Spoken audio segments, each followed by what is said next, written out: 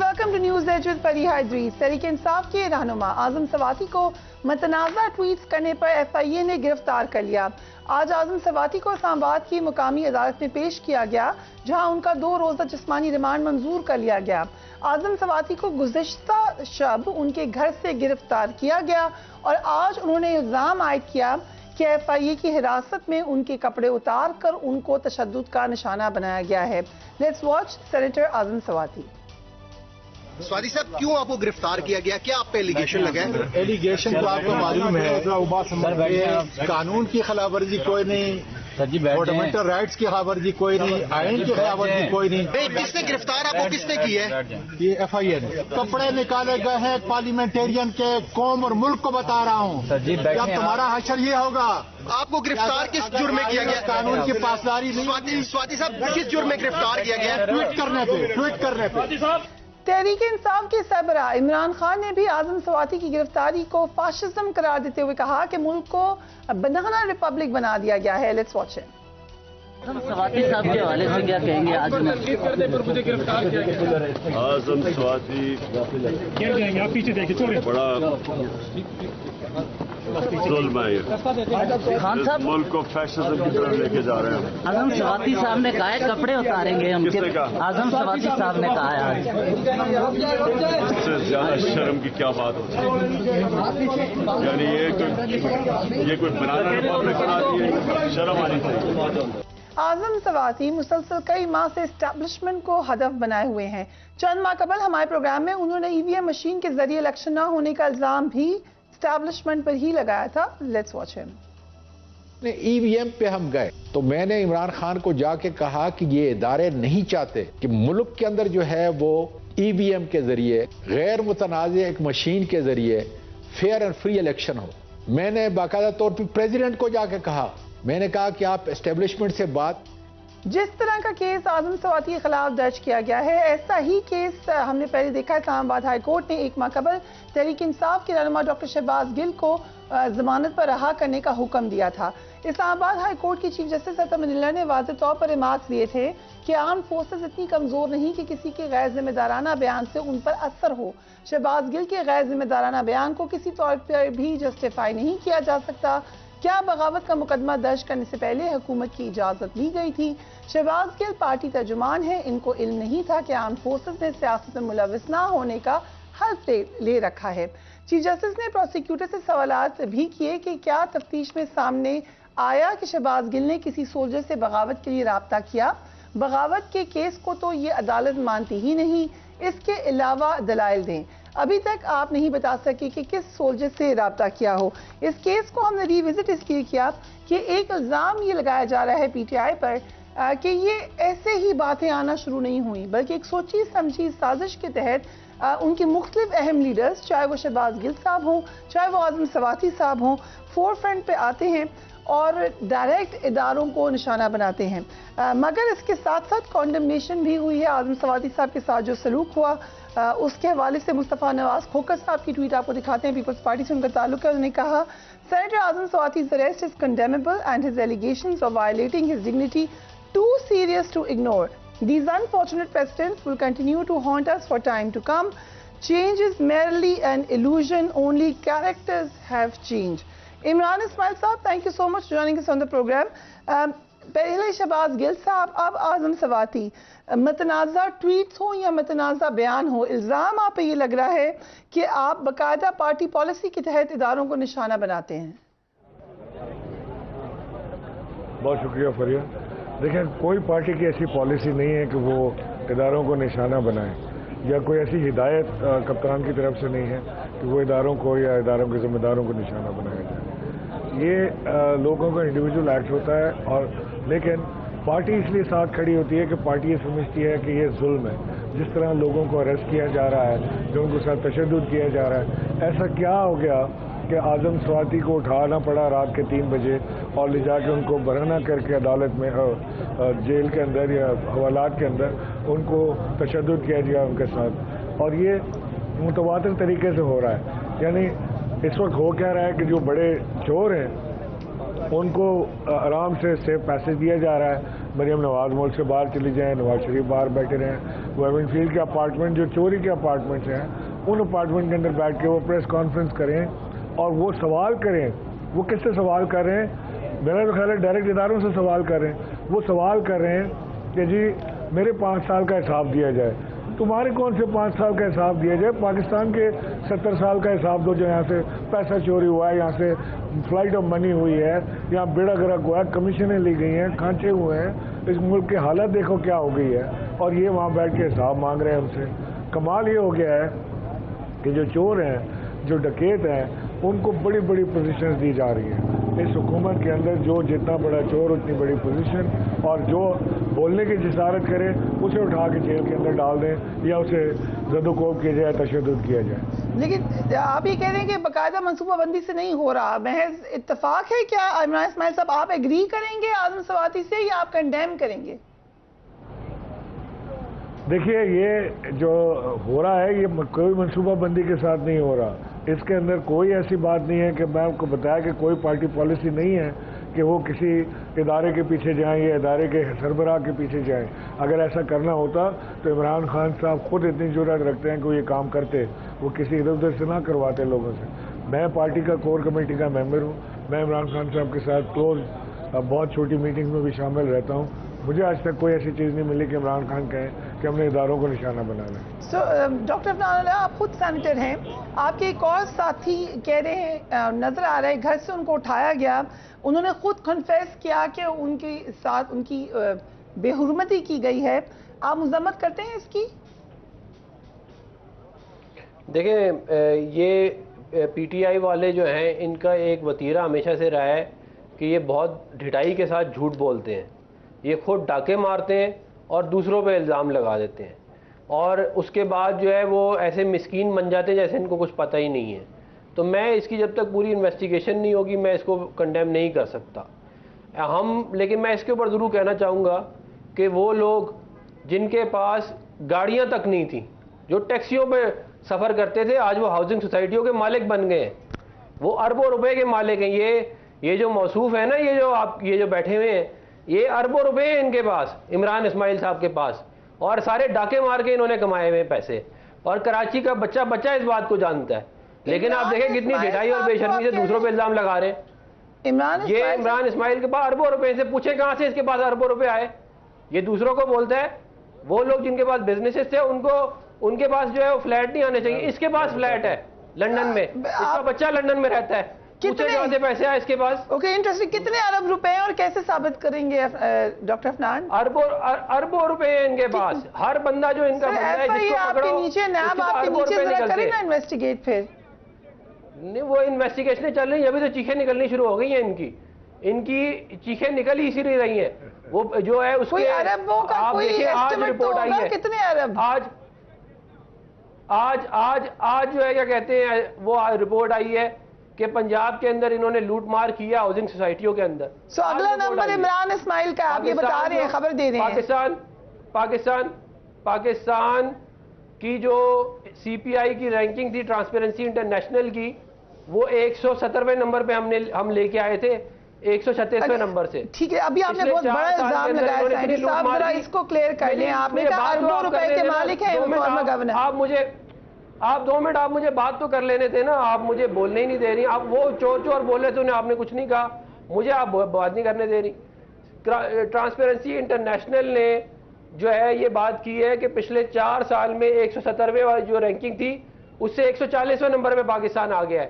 23 मुल्कों से ज़्यादा करप्शन पाकिस्तान में हुई है, ये इनके दौर में हुई है। और ये सारे के सारे दिहाड़ीबाज माल बनाते रहे, आज दूसरों को क्या कहते हैं कि चोर बोल रहे हैं। मतलब शर्म का मुकाम है, शर्म से डूब मरने का मुकाम है। राइट, सो इमरान इस्माइल साहब, यू कैन सर्टनली कमेंट, लेकिन जरा राजा आमिर अब्बास साहब आपकी तरफ आ रहे हैं। ये जो जिक्र किया अभी उन्होंने, नवाज शरीफ साहब ने भी कहा कि मेरा हिसाब दो इतने सालों का, सवाती साहब ने भी हिसाब ही मांगा है, लेकिन अब वो सिटिंग सेनेटर हैं, नवाज शरीफ साहब मुल्क से बाहर हैं। क्या ये कंपैरिजन ठीक है जो पीटीआई कर रही है? देखिए, एक बात तो जहां तक कंटेंट्स हैं कि अगर इस किस्म की कोई बात होती है तो ऑब्वियसली कोई अदालत कहीं जाके इसको आप ये नहीं कर सकते जस्टिफाई। उन्होंने भी ये कहा है जी इस बात पे। लेकिन मुझे थोड़ा सा जो खौफ लग रहा है वो लग रहा है कि हमारे अपने जो सीनियर हैं इस लीगल फर्टर्निटी के, जो बहुत ही leading one of the top जो लॉयर हैं इस मुल्क के, उनकी एक हालिया स्टेटमेंट आई है और इससे मिलती जुलती बल्कि थोड़ी सी स्ट्रांग है। तो मुझे तो अब खौफ है कि उनको ना कहीं उनके खिलाफ कोई केस ना दर्ज हो। लेकिन लॉ के अंदर ये बनता है केस, इसमें जो दफा लगी हुई है ये गलत तो नहीं लगी हुई? नहीं, देखिए ये दफा क्या लगी है, पीका एक्ट सेक्शन 20 मेन वो सेक्शन है। अब हालिया मैंने इसी इस्लामाबाद हाई कोर्ट में आप ही के मीडिया के एक और बड़े सीनियर एंकर हैं समी इब्राहिम, उनका भी इससे बिल्कुल आइडेंटिकल केस था और उस केस की प्रोसीडिंग चली।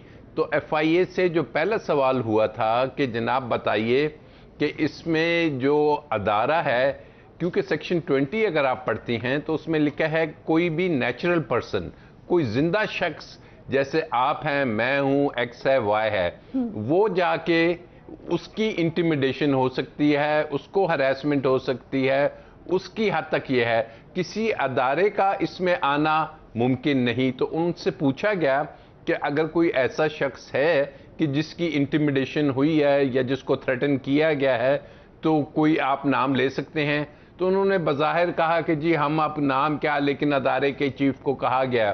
तो उन्होंने कहा चीफ को कहेंगे तो अदारे को ही कहेंगे, इसमें कैसे डिस्टिंक्शन कर सकते? कानून की बात सुने ना, कानून की बात सुने। वो केस खत्म हुआ, अदालत ने, इस्लामाबाद हाई कोर्ट ने जब 12 उनसे पूछा कि अगर कानून को देखें, अदालत ने कानून को देखना है, प्रिजम्पशन में नहीं जाना है।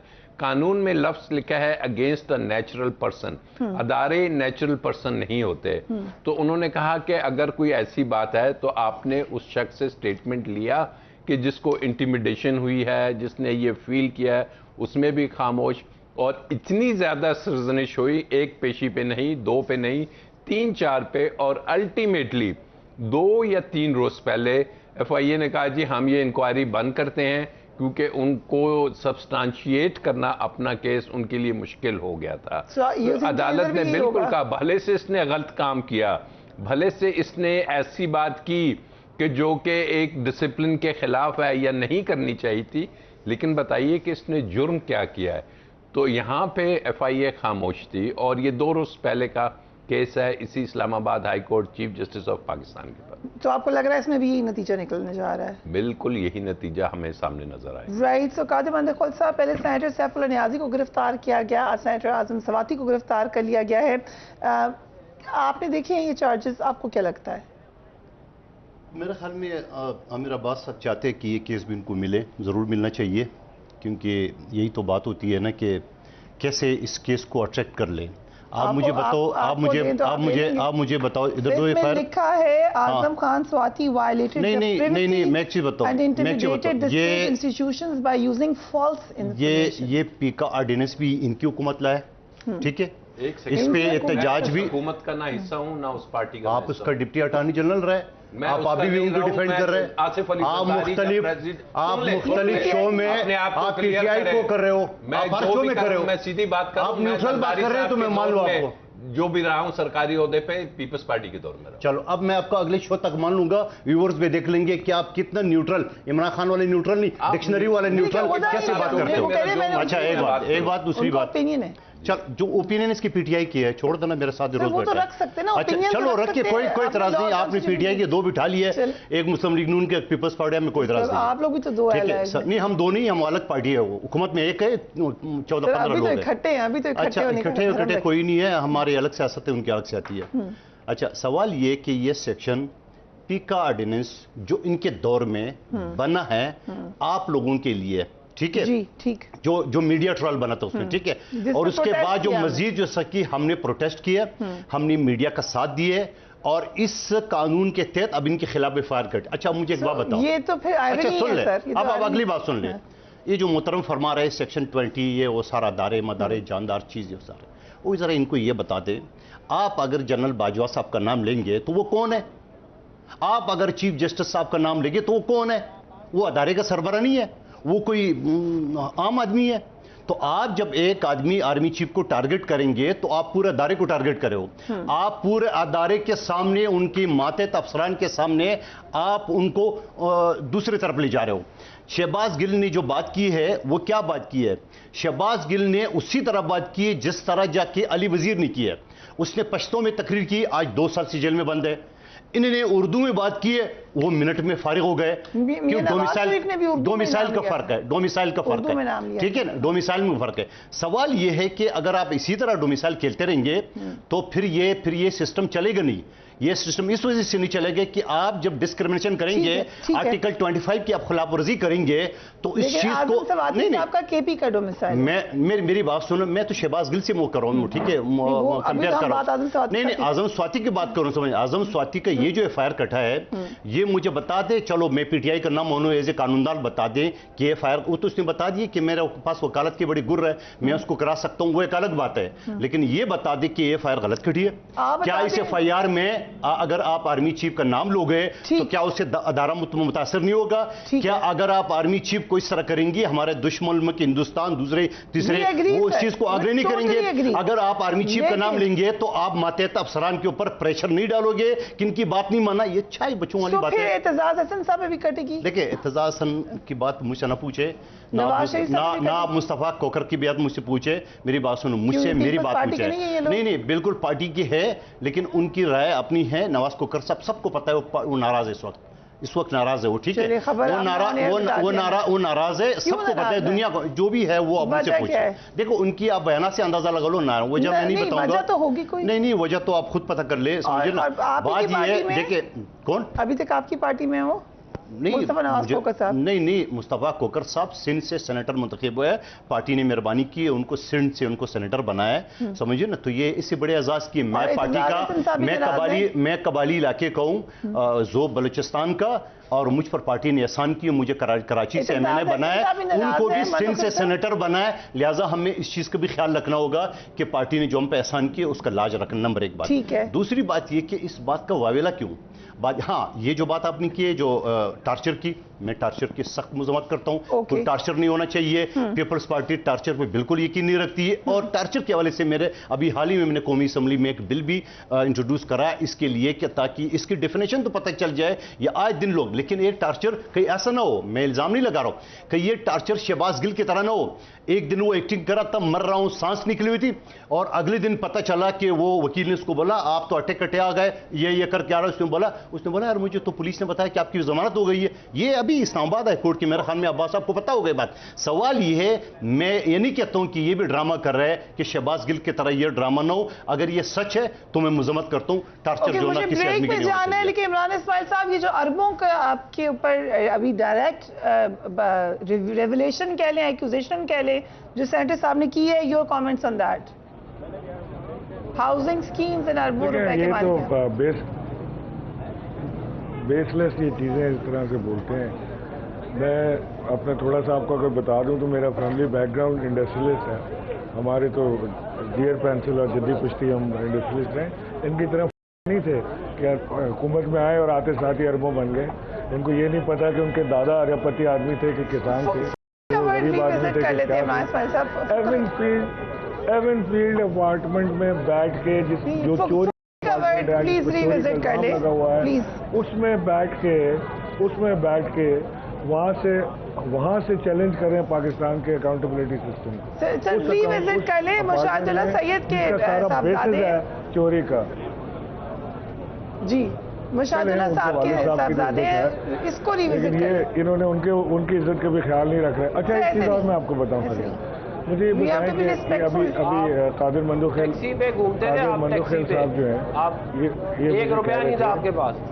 कादिर मंदोखेल साहब जो कह रहे थे मुझे कि लंदन में फ्लैट कहाँ से आया आपके पास, उनका आर्मी चीफ का कह रहे हैं। मैं तो हम तो हमेशा से इसमें रहे, इस ऊपर रहे कि ये नहीं होना चाहिए, टैक्सियों में घूमने वालों के पास अरबों रुपया आ गए। नहीं सुना होगा, लेकिन नवाज शरीफ साहब ने 8 दफ़ा कम से कम एटलीस्ट 8 टाइम उन्होंने इन्हीं साहब का नाम लेके बात की है उनके खिलाफ। आपने देखा होगा आसिफ अली जरदारी साहब भी इनसे ईंट बजाने की बात कर चुके हैं। कोई एक बयान इमरान खान का दिखा दें कि अपने इदारों के खिलाफ वो गए हो, क्योंकि उनसे लड़ाई का इंटेंशन दिया हो या कोई और इंडिया दिया हो, यानी डिसएग्रीमेंट हो सकते हैं। हो सकता है कि किसी पॉलिसी से एग्रीमेंट ना हो सकता है कि इख्तलाफ रखते हो किसी चीज़ से, लेकिन इस हद तक हम कभी नहीं गए कि हम अपने इदारों को रेडिक्यूल करने जाएं। तो डायरेक्ट आपने पढ़ा है जो चालान है उसमें डायरेक्ट लिखा है रिडिक्यूल तो दूर की बात है, उन्होंने कहा कि प्रिवेसी वायलेट की है और डायरेक्ट दरअंदाजी की है, ये चार्जेस हैं उनके ऊपर। मैं इमरान खान की बात कर रहा हूँ। इमरान खान साहब ने कभी नाम लेके या कोई इस तरह की बात, ये न्यूट्रल जानवर किसको बोला था ये बताए ना, कि वो पार्टी को ये कह रहे हैं कि जी आप जाके भिड़ जाएं इदारों के साथ। सो ये आप कह रहे हैं कि पार्टी डिटैच कर रही है अपने आप को आजम सवाती साहब के बयान से? नहीं, मैंने ये आपसे नहीं कहा डिटैच करें, एक्सेप्ट करें या रिजेक्ट करें, ये मैंने आपसे बिल्कुल नहीं कहा। मैं आपसे इमरान खान की बात कर रहा हूँ पर्टिकुलरली। मैं आपसे कह रहा हूँ कि इमरान खान साहब ने कभी अपनी पार्टी में आजम सवाती साहब के साथ हैं या उनसे अलग हैं? आजम स्वाति के बिल्कुल साथ हूं। आजम स्वाति ने ऐसी कोई बात नहीं की जो उसके साथ आज हो रहा है। Okay, will take a break and will be right back.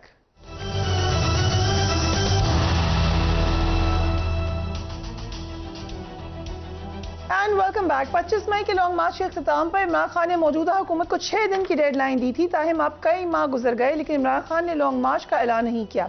इस अरसे में तख्ते पंजाब नून लीग के हाथ से निकलकर वापस इमरान खान के पास आ चुका है और इस बार लॉन्ग मार्च को सूबाई हुकूमत की जानिब से रुकावट का कोई खतरा नहीं।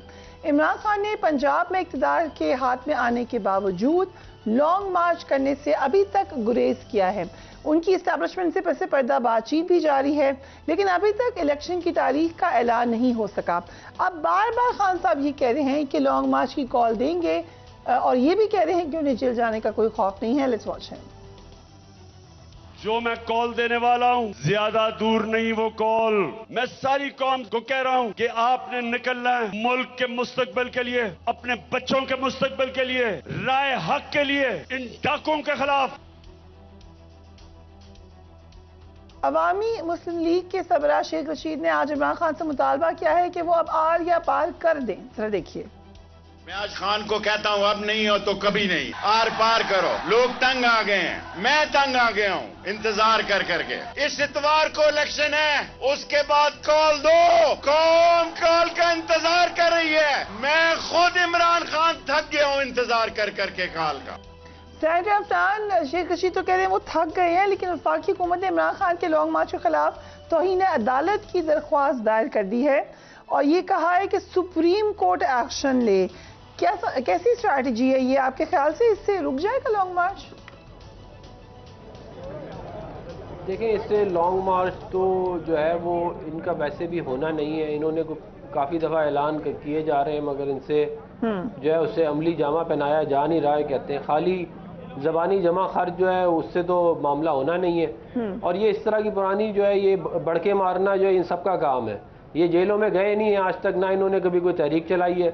ये सिर्फ बातें करने के हद तक, या ये जब इनको सपोर्ट थी या कहते हैं तो उस सपोर्ट को इस्तेमाल करके फड़ियाँ मारते थे। अब इनकी सबकी या कहते हैं जो है वो सॉफ्टवेयर अपडेट हो गए हैं, कुछ के जिनके रह गए उनके भी हो जाएंगे।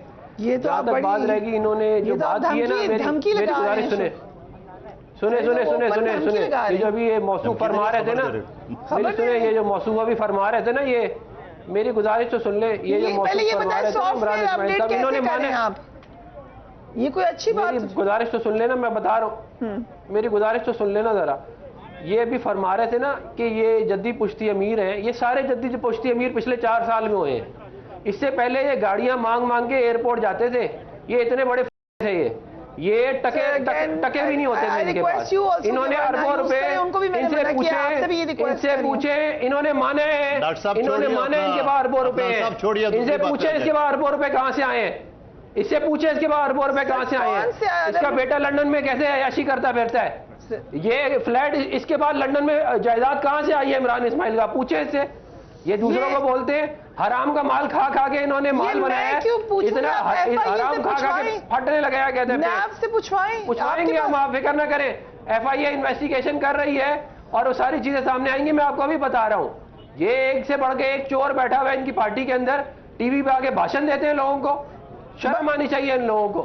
हराम का माल खा रहे हैं और दूसरों को भाषण दे रहे हैं उसके बाद। इमरान साहब, if you want to respond to that, लेकिन लॉन्ग मार्च करना है खान साहब ने कि नहीं करना? फरिया, इनको क्या पता हराम और हलाल में क्या फ़र्क होता है। मेरा लंदन में कोई अपार्टमेंट नहीं है और ये मरियम वाला स्टेटमेंट नहीं दे रहा मैं कि मेरा अच्छा, लंदन में क्या बेटा किधर रहता है तुम्हारा? लंदन में लंदन में बेटा तुम्हारा कहाँ पे रहता है बताओ? पर्सनल बातें कर दी है सर। चलो FIA को लगाओ, पीछे नैब को लगाओ, उनसे करना। बताओ ना कहाँ बेटा कहाँ पे रहता है लंदन में? फरिया होनी है सर, और उनके बेटे लंदन में रह सकते हैं। लंदन में रहना तो जुर्म नहीं। छोड़े आप ही छोड़े, प्रॉपर्टी भी है इनके पास लंदन में। ये सारे लंदन में प्रॉपर्टियां लेके बैठे हुए हैं। FIA लगाओ, जायदादें इनके पास। FIA लगाओ, नैब लगाओ, निकालो चीजें, खाली टीवी लगी हुई है, बेफिक्र है, अब बेफिक्र है, लगी हुई है, सारा आराम का माल निकालेंगे। लगाओ और लगाने का क्या फायदा है? तो अपनी जेब से निकलेगा, तुम्हारे अपने लीडरों की जेब से निकलेगा। फरिया कमाल करती हैं। आपने कभी इनसे पूछा है जो झूठे इल्जाम लगाती हैं? मैं तो कह रहा हूँ ये माने है कि इसके 12 रुपए हैं, ये अभी टॉक शो में माने इसके 12 रुपए हैं। ये कहता ना इसके मेरे पास नहीं है। ये इनके वाकयात है, ये टैक्सियों में घूमते थे पहले। ओके, अगर इजाजत है हम लॉन्ग मार्च की तरफ आ जाते हैं। कल हारून रशीद साहब ने हमारे प्रोग्राम में ये कहा कि खान साहब को लॉन्ग मार्च नहीं करना चाहिए। जरा देखिए, तो लॉन्ग मार्च करें या खान साहब के नहीं करें? खान साहब को अगर जरा सी भी सूझबूझ है तो लॉन्ग मार्च बिल्कुल नहीं करेंगे। लॉन्ग मार्च के थ्रेट में मुज़ाकरात करेंगे। What do you think राजा आमिर अब्बास साहब कि लॉन्ग मार्च एक आखिरी ऑप्शन है और वो नहीं इस्तेमाल करनी चाहिए खान साहब को? देखिए, खान साहब को इस्तेमाल अगर करनी होती या करना चाहते हैं, मुझे इजाजत देंगी तो मुझे एक और प्रोग्राम में जाना है। चलिए, आप लॉन्ग मार्च के बारे में बता दें कि लॉन्ग मार्च करने जा रहे हैं इमरान इस्माइल साहब। You can leave after that. Long march का बता के फिर जी लॉन्ग मार्च 100% होगा। लॉन्ग मार्च की शक्ल क्या होगी, उसको किस तरह से शेप किया जाएगा, ये सारी चीज़ें खान साहब खुद रिवील करेंगे। अब बहुत मुमकिन है कि ये 16 तारीख के इंतखाबात के फौरन बाद इस प्लान को अनवील किया जाए। लेकिन होगा ज़रूर, ये खातिर जमा रखें कि खान साहब ने अनाउंस किया है तो इंशाल्लाह होगा ज़रूर। लेकिन ये आखिरी ऑप्शन नहीं है आपके ख्याल से? इससे पहले मामला अगर तय हो जाए तो क्या इस आखिरी ऑप्शन की तरफ जाना चाहिए? देखिए, हम मामला तय तो सिर्फ एक ही चीज़ के होने हैं। हमने तो कहा कि अर्ली इलेक्शन की डेट दें और उसके बाद हम हर चीज़ पर बात करने के लिए तैयार हैं। अगर ये बज़िद हैं कि इलेक्शन की डेट नहीं देंगे तो फिर will take the other out. जो अवामी समंदर है, अवाम का जो जोर है, उसके ऊपर हम आएंगे। राइट। सो राजा आमिर अब्बास साहब, आप ये कहते हैं कि लॉन्ग मार्च का एक ऑप्शन मौजूद है। देखिए, वो उनके हर जलसे को अगर आप देखेंगे तो वो यही इसी तरफ ले जा रहे हैं और यही इंडिया दे रहे हैं कि जनाब हम लॉन्ग मार्च करेंगे और लॉन्ग मार्च का हमारा जो ये है उसकी तैयारियों की बातें भी वो करते हैं। अब कब करेंगे वो तो बता रहे हैं, मैंने अपने पार्टी वालों को भी नहीं बताया कि कब होगा। तो अगर वो प्रोटेस्ट होता है तो प्रोटेस्ट एक कानूनी या एक लीगल, एक कॉन्स्टिट्यूशनल जो है वो राइट है हर सिटीजन ऑफ पाकिस्तान का। तो इसमें कोई ऐसा इशू नहीं कि लॉन्ग मार्च हो या शॉर्ट। पुराने इनके अपने जो PTI की हुकूमत थी उस दौरान आप देखिए कि 1, 2, 3 नहीं 4, 5 लॉन्ग मार्चेस हुए थे और इसको मैं ख्याल रोका भी नहीं जाता और ना ही कोई कानून इसको रोक पाएगा। राइट। सो खान मंतोखिल साहब, अगर लॉन्ग मार्च की तरफ जाते हैं खान साहब और फिर आपको इलेक्शन कॉल करने पड़े तो उससे बेहतर नहीं कि उससे पहले सब लोग बैठ के मामला तय करें? आप शो में ज़रूर मजाक करें। मजाक कर रही हूँ, शो में ज़रूर मजाक करें, मगर इस तरह मजाक न करें। एक आदमी ने कहा कि मैं 5 दिन बाद आऊंगा, आज 5 महीने में इसके 5 दिन पूरे नहीं हुए हैं।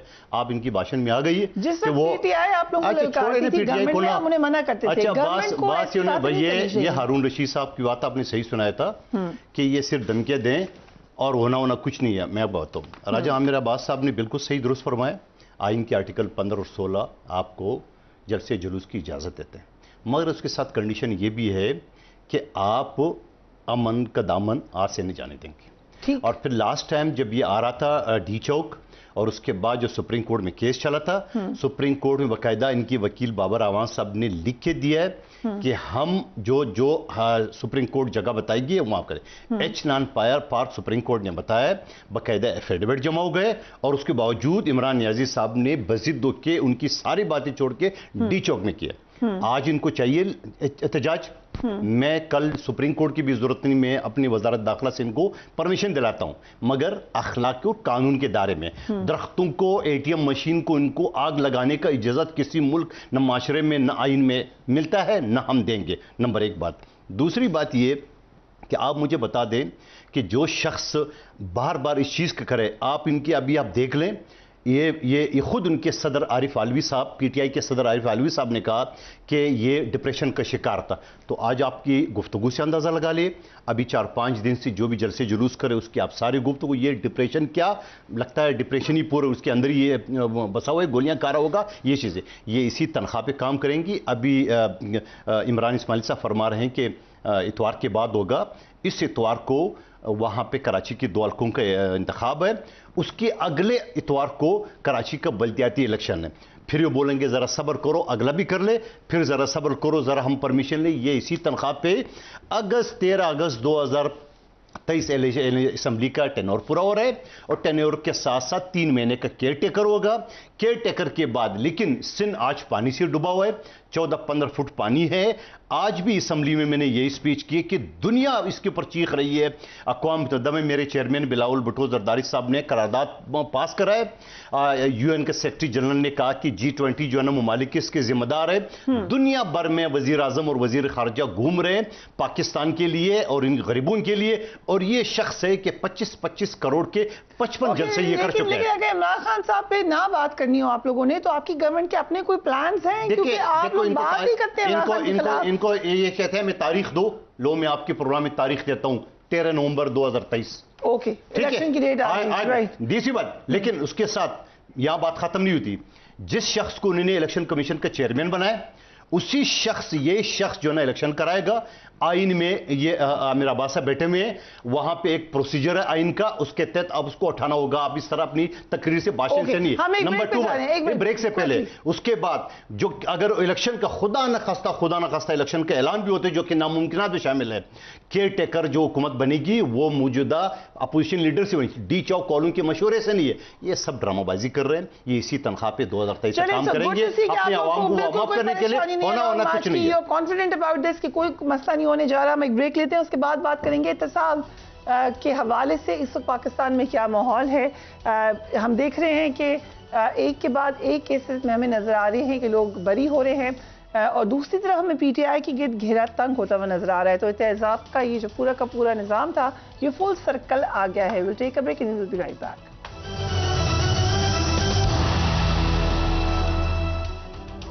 And welcome back. नवंबर में साबिक वज़ीर आज़म नवाज शरीफ की वतन वापसी की इतलात मुसलसल मिल रही हैं। कहा जा रहा है कि नवाज शरीफ इमरान खान के लॉन्ग मार्च की नाकामी और आर्मी चीफ की तैनाती के फैसलों के बाद वतन वापसी की तारीख का ऐलान करेंगे। कल हारून रशीद साहब ने यह खबर दी कि मियां नवाज शरीफ ने वतन वापसी के लिए 3 शराइत रखी हैं। Let's watch him. Nawaz Sharif साहब की वापसी पर है नवंबर में। नवाज शरीफ साहब की 3 शर्तें हैं। मुकदमात खत्म किए जाएं, उनको सियासत में हिस्सा लेने की इजाजत दी जाए, और पंजाब हुकूमत तब्दील की जाए। अब ये अनोखा लाडला खेलन को मांगे चांद, ये तो नहीं हो सकता ना।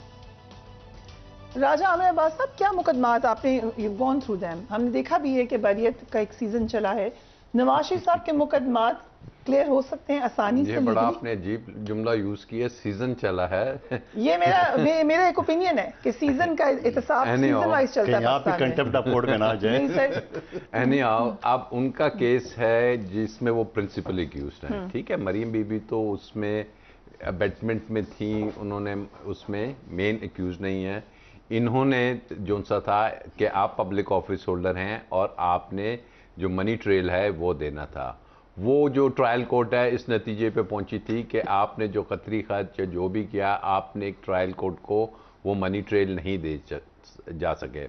अब उनकी अपील है। अपील में जब जोन सी थी वो डिसमिस हो गई थी इस्लामाबाद हाई कोर्ट में, लेकिन उसमें एक उन्होंने जो रखा था कि अगर आप आते हैं और कोर्ट को सेटिस्फाई कर देते हैं कि इन वजूहात की बिना पर मैं उस वक़्त आ नहीं सका था, तो इस वक्त जो मौजूदा लॉ है, जो अमेंडेड नेशनल अकाउंटेबिलिटी ऑर्डिनेंस है, उसको मुकम्मल तौर पे उसकी हैयत बदल दी गई है।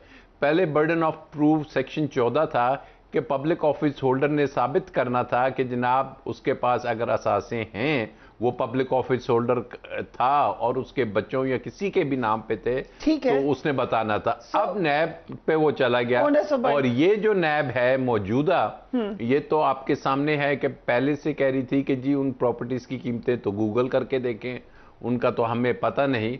तो वो कोर्ट आएंगे, कोर्ट में उनका केस चलेगा और उसके बाद अदालत फैसला करेगी। सो आपको लगता है कि इट्स एंटायरली पॉसिबल कि नवाज शरीफ मौजूदा कवानीन में मुझे लगता है कि ये केस बिल्कुल फिट है इक्विटल का बरी होने का, जो इस वक्त कवानीन है। बहुत इंटरेस्टिंग बात है। आप एग्री करते हैं इससे एज ए लॉयर? देखिए बिल्कुल मैं 100% एग्री करता हूँ।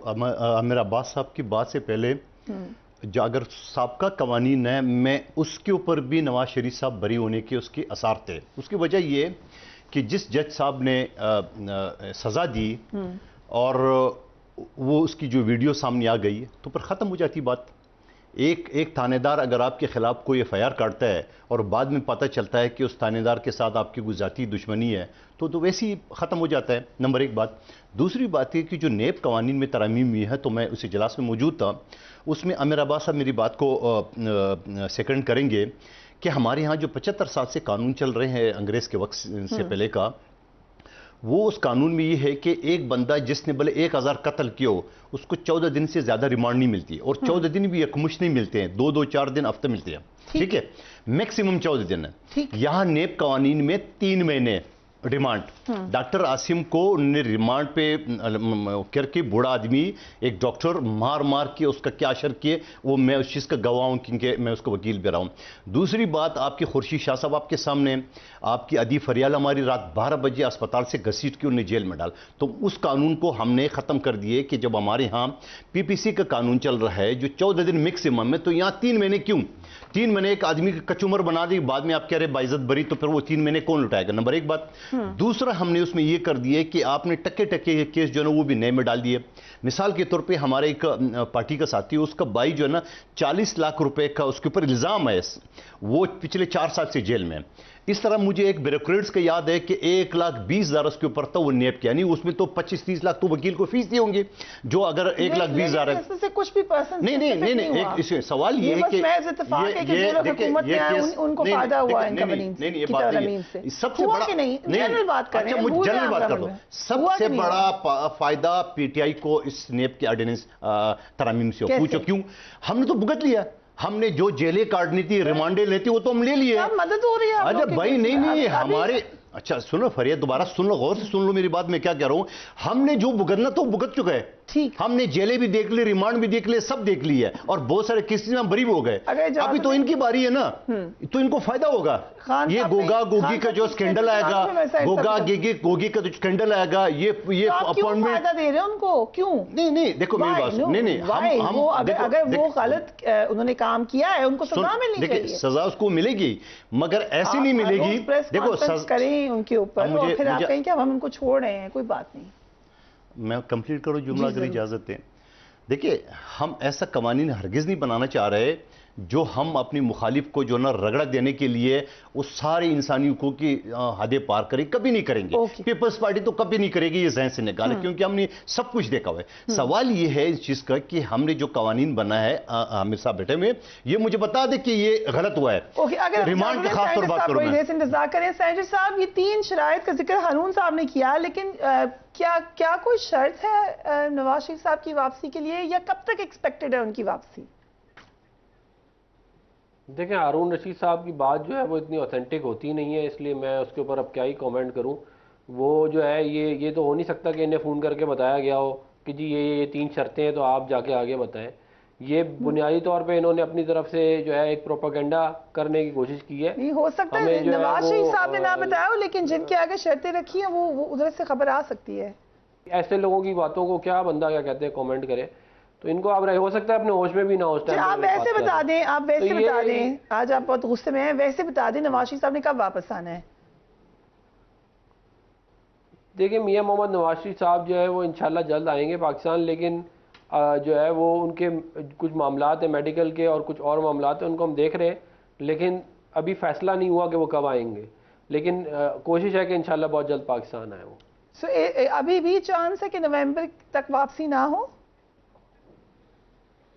देखिए, मेरा अपना ये अंदाज़ा है कि नवंबर में वो पाकिस्तान नहीं आएंगे, लेकिन मेरा अपना ये अंदाज़ा है, लेकिन बहुत दूर नहीं है उनकी वतन वापसी, वो बहुत जल्द आएंगे। अक्टूबर में आएंगे, इसका मतलब यही हुआ?